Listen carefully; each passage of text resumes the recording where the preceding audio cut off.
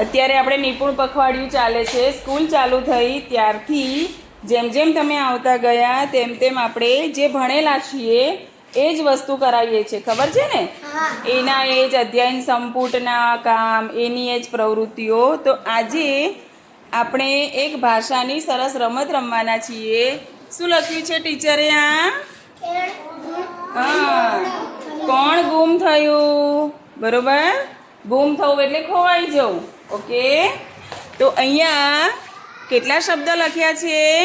6. તમને આવડે છે ને વાંચતા? તમે બરોબર જોઈ લો કે ક્યાં કયો શબ્દ લખ્યો છે. જોઈ લો પછી મને કહો કે ટીચર જોઈ લીધું. એવું બોલવાનું નથી. જોઈ લીધા 6 એ 6 શબ્દ? બરોબર ધ્યાનથી. હવે તમે ઉલટા ફરી જાઓ, ઊંધા ફરી જાઓ. બધાએ બીજાએ પણ ધ્યાન રાખવાનું છે. હા, શિક્ષક આમાંથી એક શબ્દ ગુમ કરશે. હવે આ લોકોને હું એમ કહીશ કે ચલો હવે આ બાજુ ફરો, એટલે તરત જ એ લોકો ફરશે અને જેને આઈડિયા આવે કે ટીચરે આ શબ્દ ગુમ કર્યો છે તો એની નીચે જ્યાં સુધી બોર્ડમાં પહોંચાય ત્યાં સુધી ફટાફટ પેલી બાજુથી ચોક લઈને અને શબ્દ લખી દેવાનો છે. રેડી? હું કહું પછી જ તમારે ફરવાનું છે. કોઈએ કશું કહેવાનું નથી.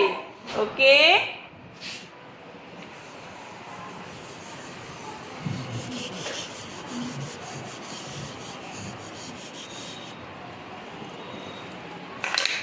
ચલો બધા ફરી જાઓ. અને જેને ખબર પડે કે ટીચરે કયો શબ્દ ગુમ કર્યો ફટાફટ ચોક લઈને નીચે લખી કાઢે. એકને જ ખબર પડી. તમને ના આઈડિયા આવ્યો? ફટાફટ.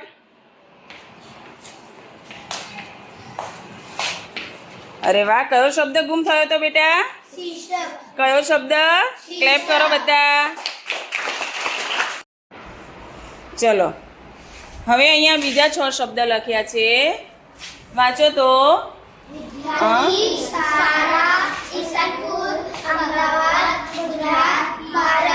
ઓકે, રહી ગયા યાદ? ચલો પેલી બાજુ ફરી જાવ તો ટીચર એક શબ્દ ગુમ કરશે.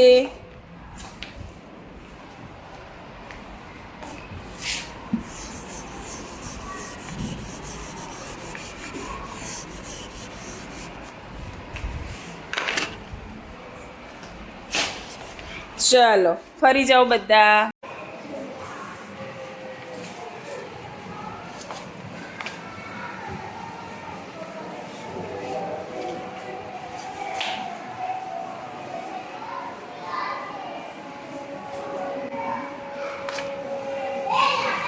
સરસ. કયો શબ્દ ગુમ થયો તો બેટા?